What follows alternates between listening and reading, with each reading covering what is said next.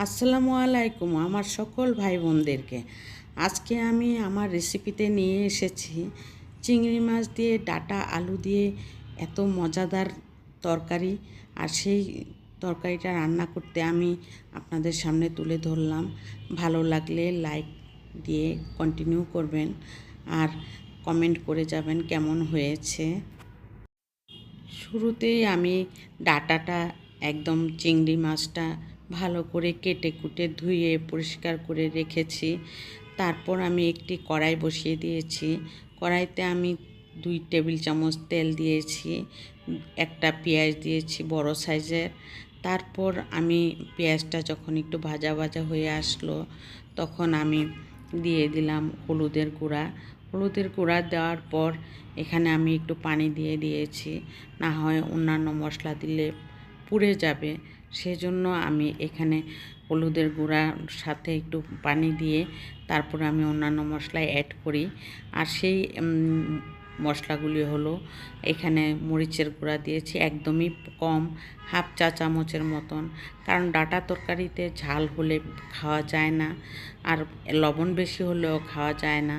ডাঁটা তরকারির নিয়মই এটা যে একদম কম মশলাতে রান্না করলে তরকারিটা দেখতে যেমন সুন্দর হয়, খেতেও তেমন অসাধারণ হয়ে থাকে। আর সেই জন্য আমি এখানে একদমই কম মশলা দিয়েছি আজকে। হাফ চা চামচ মরিচের গুঁড়া, হাফ চা চামচ ধনিয়ার গুঁড়া, আর এখানে দিয়েছি ভাজা জিরের গুঁড়া হাফ চা চামচ মতো। তারপর এখানে আমি চিংড়ি মাছ দিয়ে দিলাম। একদম অল্প চিংড়িতে আমি ডাঁটাটা রান্না করব, কারণ ডাঁটাটা ছিল অল্প এবং কচি, অনেক কচি ছিল।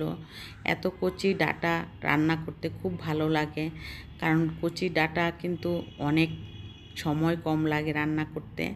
আর তার সাথে একটি আলু দিলে তো অনেক সুন্দর হয় তরকারিটা।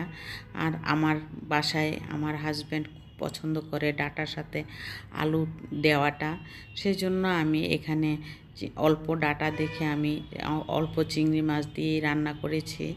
আর এই মশলাটা আমি এই সময় আমি অল্প একটু পানি দিয়ে দিব।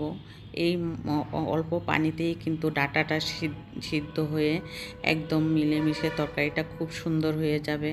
আমি এই ডাঁটাটা কষানোর বেশি সময় দিইনি, কারণ ডাঁটাটা ছিল একদমই কচি। এই জন্য মনে হচ্ছিল যেভাবেই রান্না করি না কেন মজা হয়ে যাবে। আর সেই জন্যই আমি এখানে একটু নাড়াচাড়া করে পানিটা দিয়েছি পরিমাণ মতো।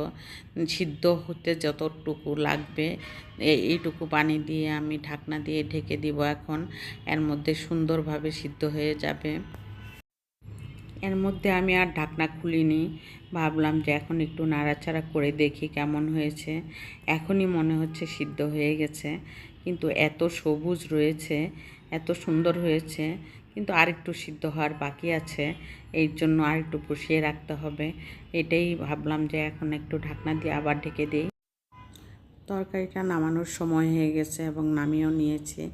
ঠান্ডা করে তারপর সার্ভিং ডিশে নিয়ে নিলাম।